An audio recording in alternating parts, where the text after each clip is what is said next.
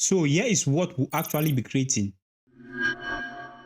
These shiny line effects in icons or logos in CapCut will actually make your edits look more premium.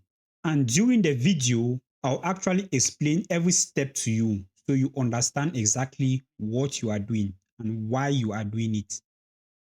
So the first thing you have to do is to add your background. Then now we're going to arrange our icons to match the duration of our background. Then we can resize it.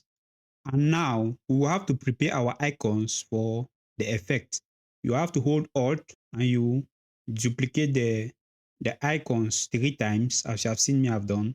Now you click on the lower icon, then you come to adjust and you click on curve. And when you click on curve, I want you to take this, it's known as luma. I want you to take it all the way down like this.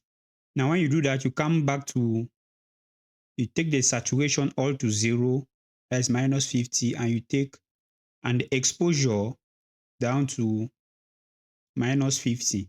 Now what we have just done here is that we want to create that shadow effect.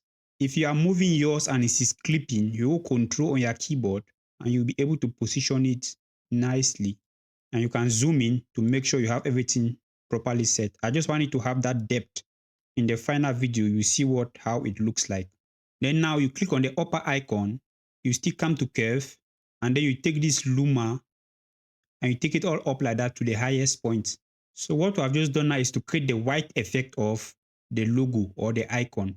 Then now still on the upper layer, you are going to make it a compound clip. You hold your Alt G to make it a compound clip. Now after doing that, you click on the layer which you have just created a compound clip.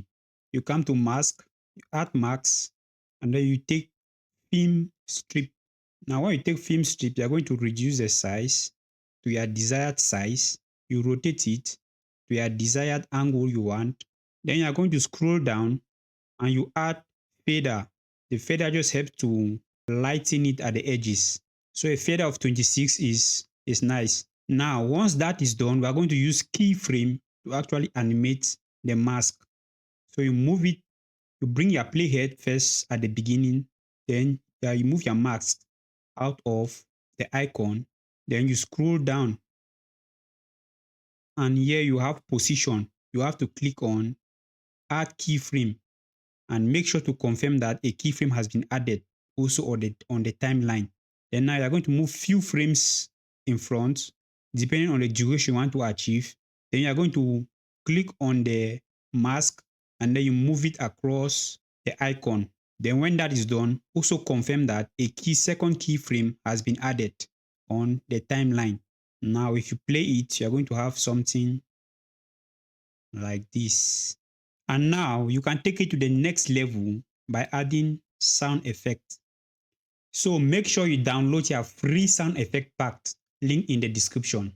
And if you want to learn more about keyframing, then check out this next video. Don't forget to subscribe for more CapCut tutorials.